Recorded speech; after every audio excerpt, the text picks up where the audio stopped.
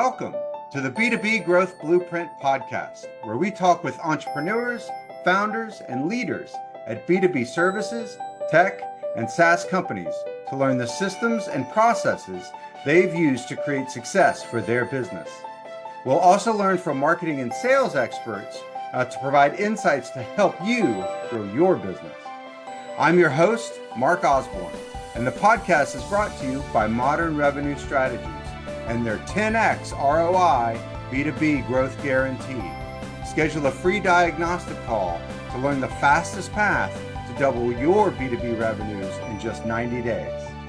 Hello, and welcome to another episode of the B2B Growth Blueprint podcast. I'm your host, Mark Osborne, and today I'm very excited to welcome my guest, Roee Hartuv. Now, I'm going to read his bio because he's done a lot of stuff, and I want to make sure I get it right. So, Roee is a revenue architect at Winning by Design, working with SaaS scale-up companies, and we're going to talk about the difference between startup and scale-up, to help them drive sustainable revenue growth. Their book, Revenue Architecture, is a great overview of their approach and something I can highly recommend.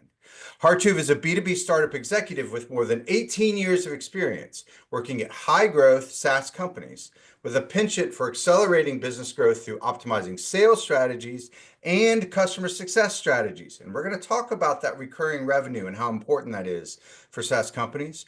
Hartuv is passionate about helping companies work towards better revenue. Previously, he held executive positions in sales and customer success at 4 different startups at various stages and segments. He's helped growth stage startups raise capital and implemented growth strategies.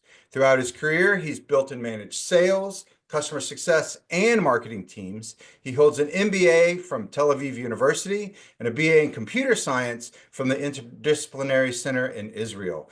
Roee's based in Berlin and joining me all the way in LA. So thanks so much for staying late with me, Roee. Thank you for having me. It's my pleasure. So you've got such a rich bio and, obviously done a lot of stuff with a lot of folks. Tell us a little bit about your story of, how you came from computer science to, an MBA and now working, in marketing and scale ups. Yeah. So I did a computer science, but I never coded for money in my life, right? I did that, found myself very quickly, my first position was a client-facing role. Okay. And I, jump on that, and I've been client-facing ever since. I think I've got what's that? 16 years of sales experience. So I climbed my ladder from a sales engineer to an account manager, all the way up to leading sales team. And COVID hit. Last company ran out of money, and I was like, okay, what's next? And then a friend of mine pulled me over into the world of consulting. And right now I'm with Winning by Design, B2B recurring revenue consulting agency and training also. Based out of San Francisco. And although I'm based in Berlin, I work with a lot of very successful scale-ups and growth stage companies, mostly SaaS, but anything that is B2B recurring revenue. So let's talk a little bit about that. And, people talk about a startup or a scale up or a growth company. And, certain people have different definitions of what categorizes people in different areas. I want to sort of talk about 2 things, which is 1, how do you categorize it? So how do you think about it? And 2, why is it important to sort of think through that label and to sort of have a label like that from an operator's perspective, as well as from a consultant or, advisor's perspective? Yeah, fantastic. So let's start off with seed stage companies, right? Very early stage companies. They're looking to find that product market fit. Yeah. Right. So usually you find that product market fit. If you ask investors, it's roughly 1 million in ARR. Right. The numbers change, and honestly, there's no real definition of a clear definition of what product market fit. There are different variations, but let's say seed companies, that's what they're doing. Hunting down the first customers that are willing to pay for their product or services. And then you become what we define as a startup. A startup is all around finding that go-to-market fit. Yeah. So you found a few customers that are willing to pay, but now can we find a repeatable process in which we go to market, we find those customers or customers find us, but we actually are able to sell in a systematic, in a recurring kind of manner. So that's startup. Scale up is all about, okay, now we need to scale. We found go-to-market fit. Now we need to scale this up. There are different ways to scale, but yeah, the most common one is let's just add more people and just scale operation. And obviously there are different ways to also focus on efficiency, etc. But maybe that's for the later stage of our conversation. Now, so that's how we define it at Winning by Design. We use a growth model. So we modeled the different stages of how companies grow. There's also grown-up companies that are either the ones that are becoming public or being bought by PEs. So this is where they need to start looking at profitability.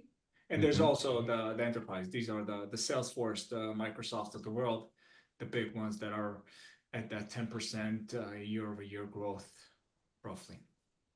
Why is it important to differentiate? Because at each stage, you have different challenges. You need to focus on different things. So coming back to the startup and scale up.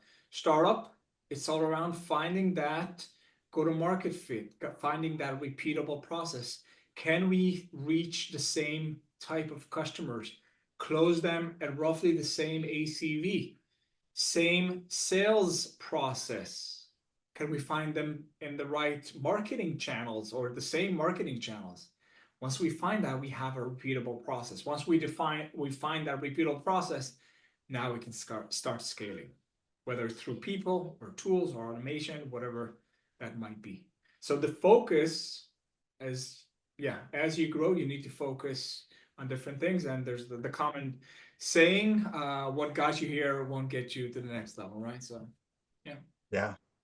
I think that's so important. And, so often companies are just, in the midst of it and sort of don't have that sort of moment of realization to sort of recognize that they're now in a different, sort of set of circumstances or facing different challenges. And so they need to make some adaptation to their growth. It's funny, the sort of visionary leader that's oftentimes good at getting companies to that early stage can be not so good at managing the kind of incremental change that comes through those scaling up and growth stages, where it's not having a revolutionary idea every quarter. Instead, it's having an incrementally better idea every quarter, and really sort of disciplining yourself to focus on those systems and improving them.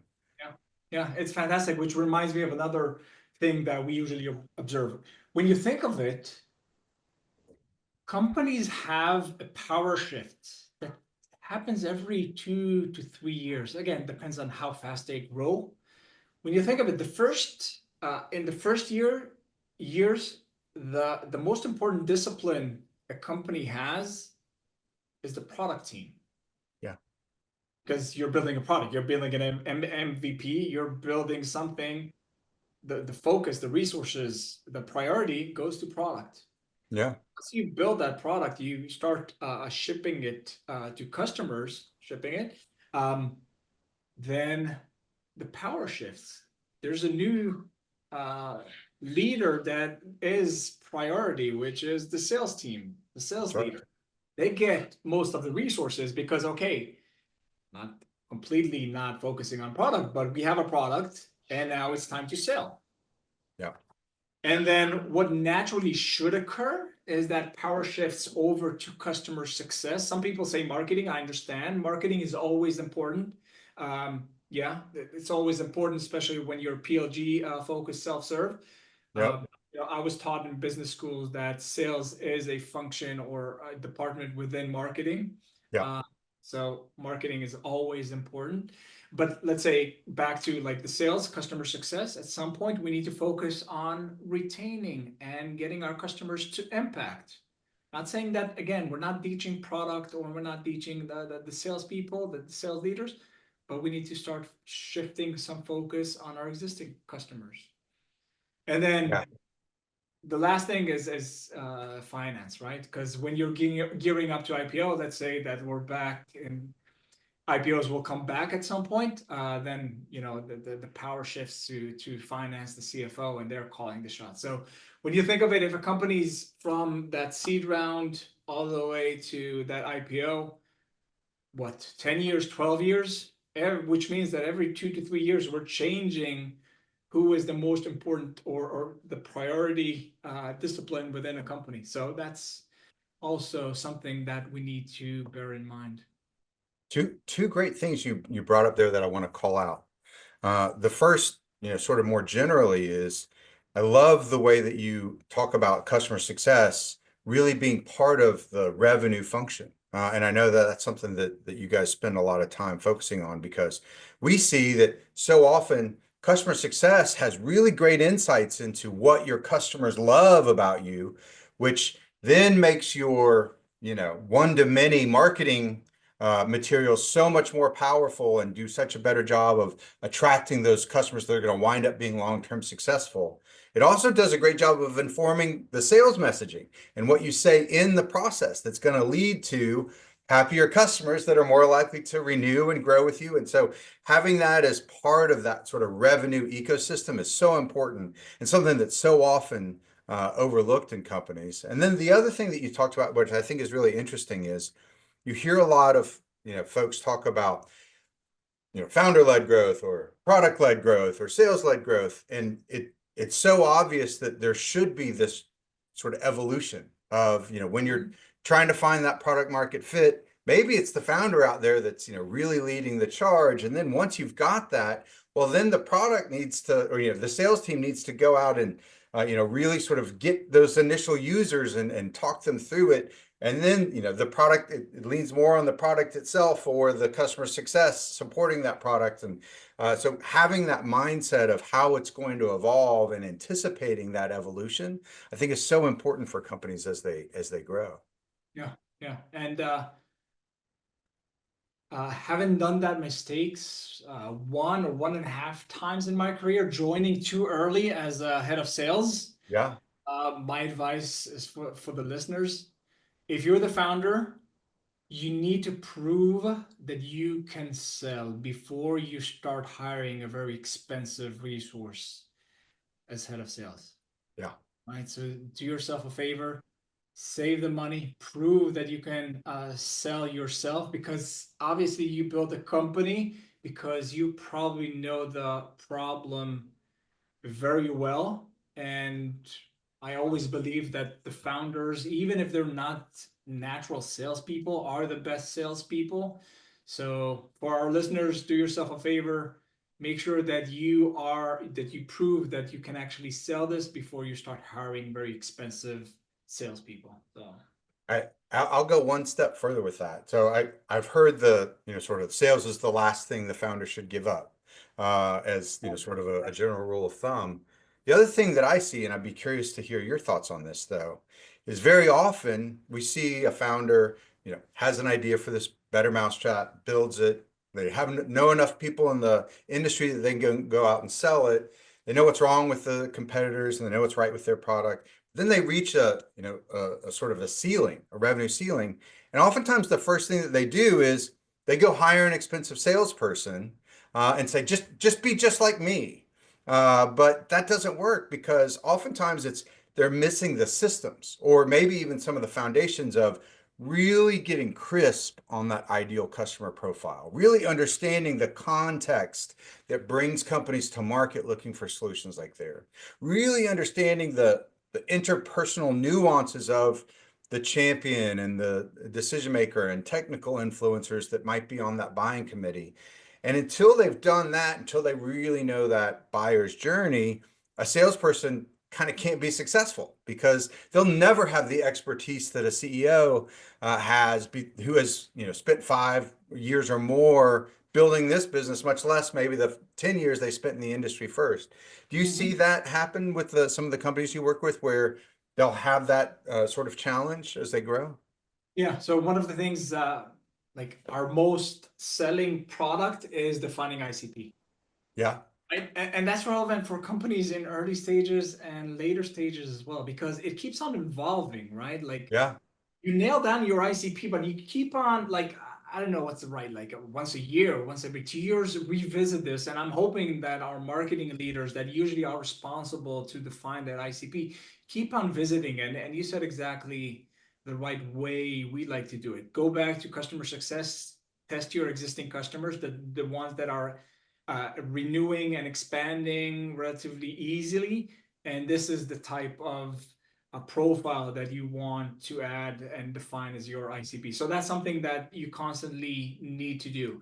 In terms of customer journey, the same thing, right? And Right. especially when we're talking about that startup and transitioning to that scale up. Remember, I talked about finding that those repeatable processes. You only and finding the same ICP, selling to the same customers. You only get there if you understand the true customer journey. Yeah. And again, that's usually something that marketing owns, right? But let's define the customer journey. And it's not the classical, I don't know if our listeners, it's not what I or we define as customer journey. It's not the same, hey, you know, I don't know, 10 years ago, we were all into marketing. What is the customer journey? They download a, it's part of that, but we all had like very nice visuals of they download a white paper and these are the connecting channels. It's actually the customer journey from the awareness part Yeah. all the way to the renewal and expansion. What are the interaction, the key activities that they have with us? So we're not only focusing on the awareness and education part, we're talking the entire customer journey. And this is something that we need to model in order Yeah. to start creating those processes and systems in place, to have them in But place. again, great knowledge here. And you talked about, the customer journey is so much bigger than the sales funnel. Yeah. And that's the thing that we see so often is they just think about it through the lens of the sales funnel.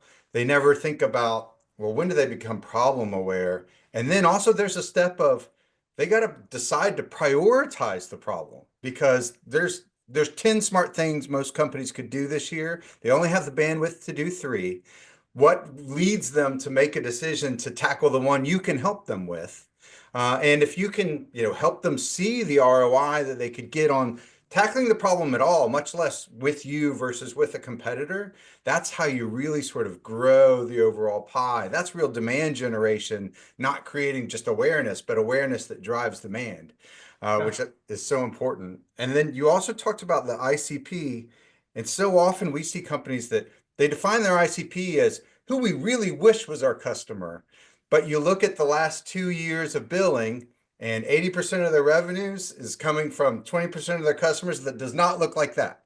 Yeah. And so you need to sort of readjust yourself into the reality of who is your actual tier one ideal customer, the people that are actually buying from you, that are actually renewing with you. And now maybe that means you shift your product vision a little bit. You shift your go-to-market strategy a little bit because it's not the people that you wish it was. Instead, market to the people that it actually is. Yeah. Yeah. I want to go back to, you said prioritize. We also like to use this term. And that's like a mindset that I believe we need to change. It's not, we're not selling in a SaaS recurring revenue, we're not selling the same or in the same way we sold perpetual software. Right? When you think about it, Salesforce came back in 2006, 8, depends on whenever each of our has encountered Salesforce for the first time.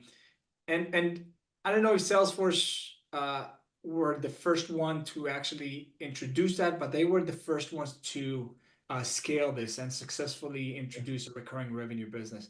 Yeah. In a recurring revenue business, you take something that, let's say, cost $1 million a software in a perpetual software model. In a recurring revenue, it's a few $100 per seat. Yeah.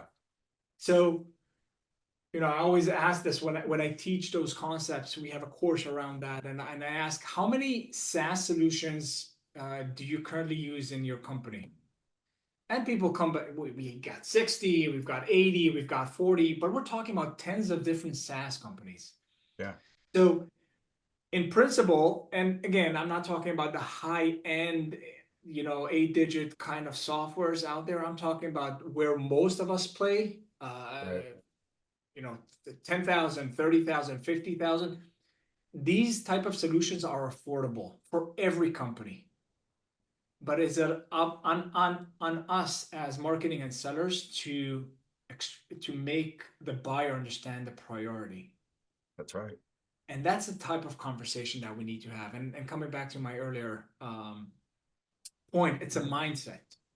So we need to understand it should be a priority for our customers. It's not about budget anymore. Everybody has budget to buy SaaS solutions That's right. because by itself it has a 10x ROI, that has a 100x ROI, right? It's all about, is this a priority? Are you going with us, the competition, or are you using that money to buy something for a different department That's right. altogether? So priority, I really like that How, that how that do word. you how do you sort of advise companies to uncover that? So, let's say that they really do have a good picture of their ICP, and they really know the problems that, those companies in that ICP encounter. But again, there's, 10 problems that that company could, solve in the next year. What are ways that you've seen companies be successful at, agitating that need, and getting, the problem they can help with prioritized in Yeah. the mind of that buying committee? Yeah. So we start off with the problem or the pain, Yeah, but then we lead the conversation to impact, or we teach our customers to lead the conversation into impact.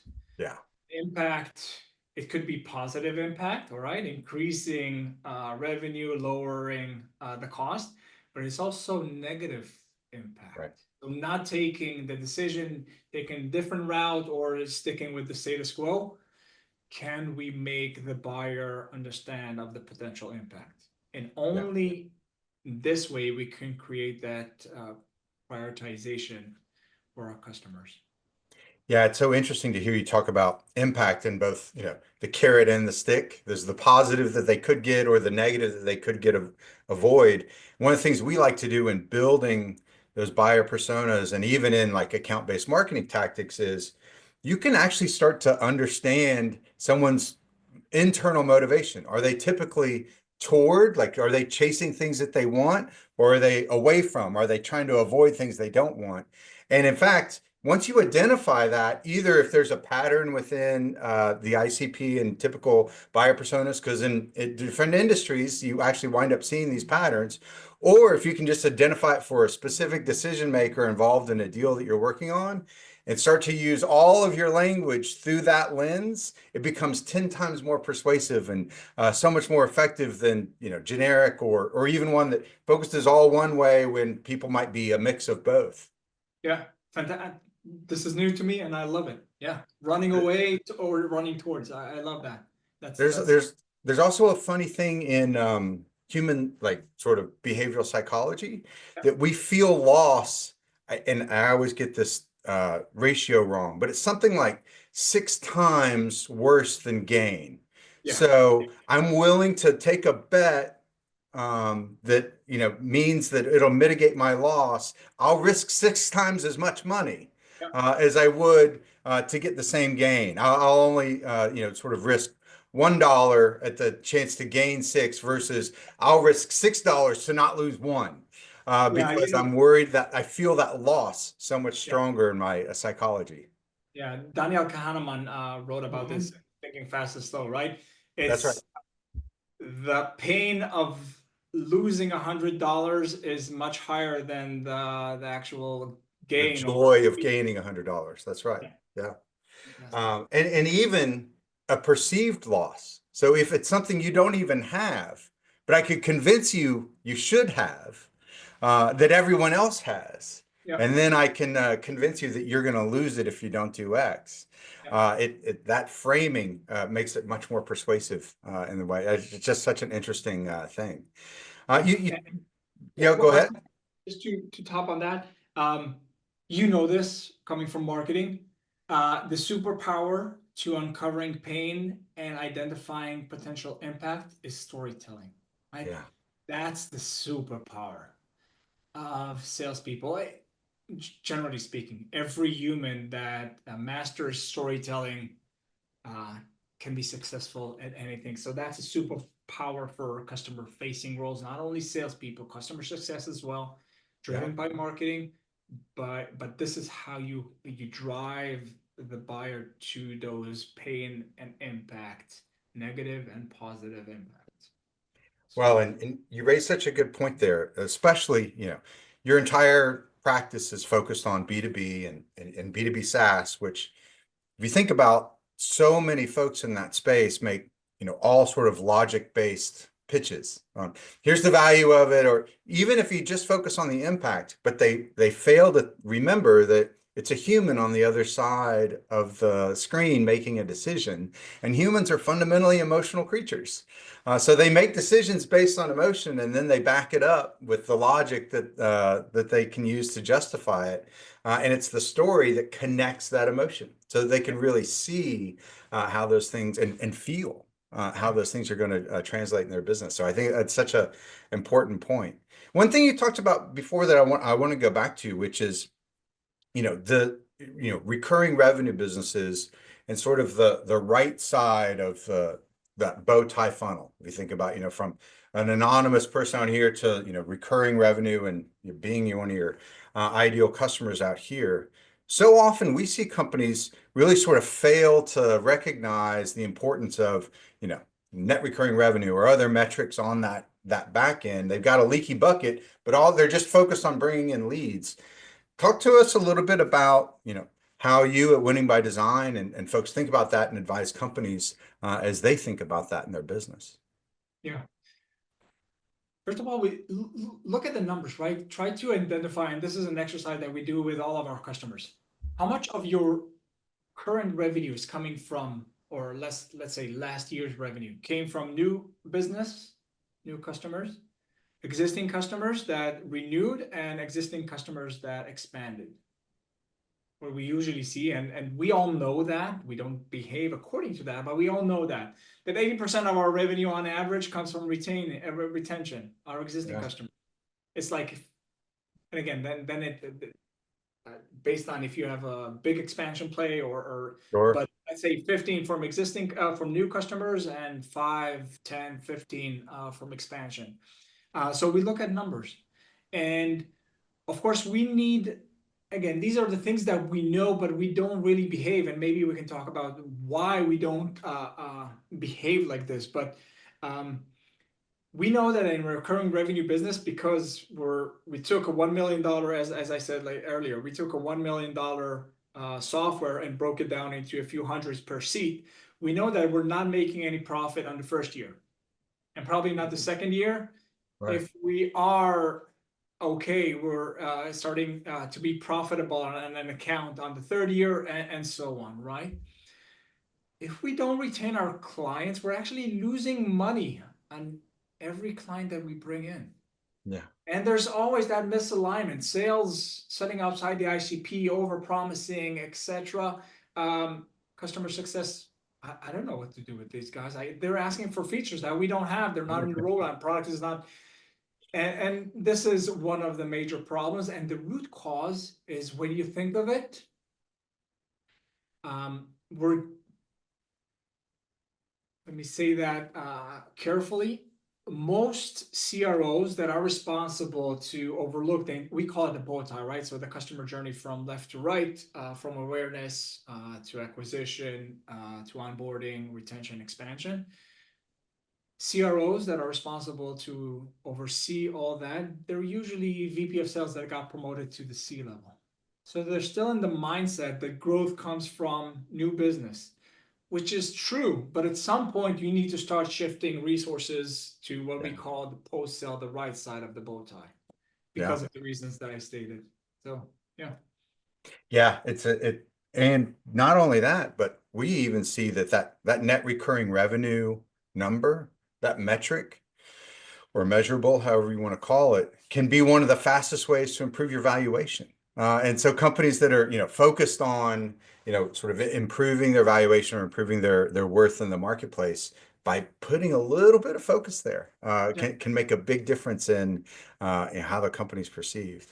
This has been such an awesome conversation. Obviously, we're both super passionate about a lot of the same topics, but I got to be mindful of your time. But before I let you go, what's something that's on the horizon for either you or Winning by Design that you're excited about that's coming down the pipeline? Yeah, I think like everybody, right? It's not specifically to us, it's specifically in our industry, and yeah, probably everybody's talking about it, but it's AI. Hmm. It's going to completely change how we sell, how we interact with our customers. Yeah, Not we, meaning us in the industry. That's going yeah, to completely change how we approach all this, and I'm very excited about that.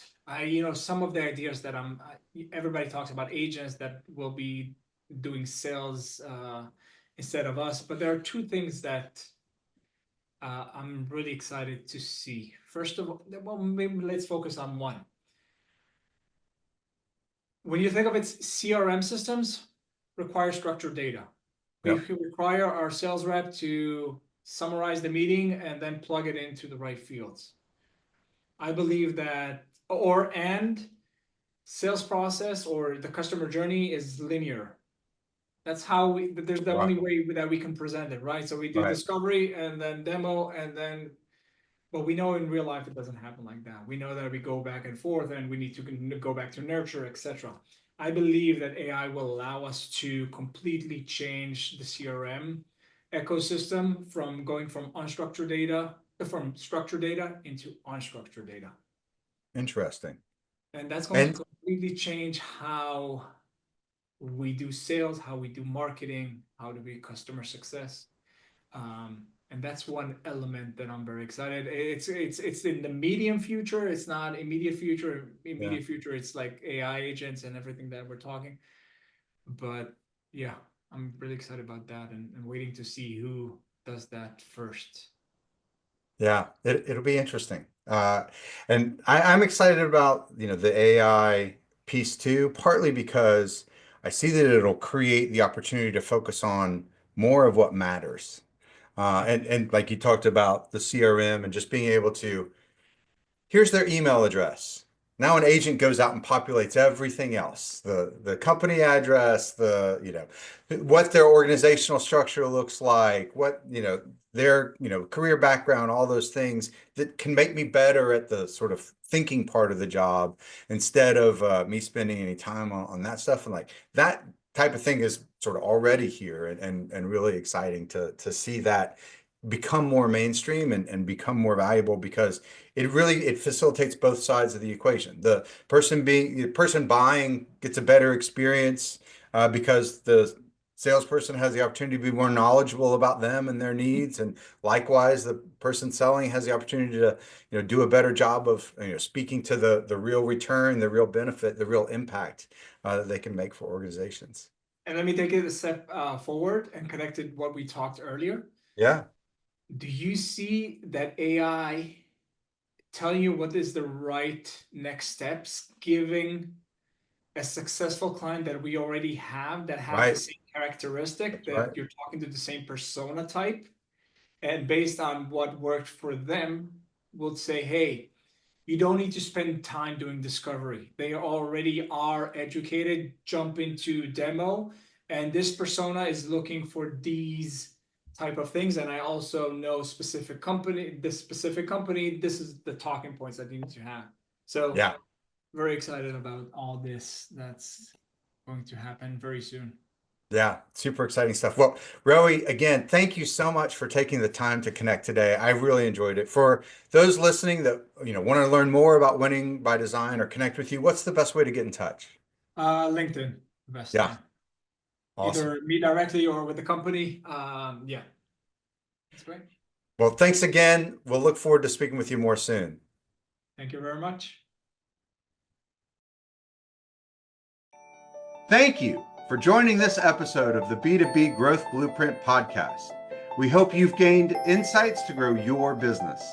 If you enjoyed this discussion, please rate, comment, like on your favorite platform, and share to others who will find it useful. Do you know a CEO, founder, or leader at an early stage B2B services, tech, or SaaS company who would like to be a guest and share their story? Send us a note. Let's schedule a conversation.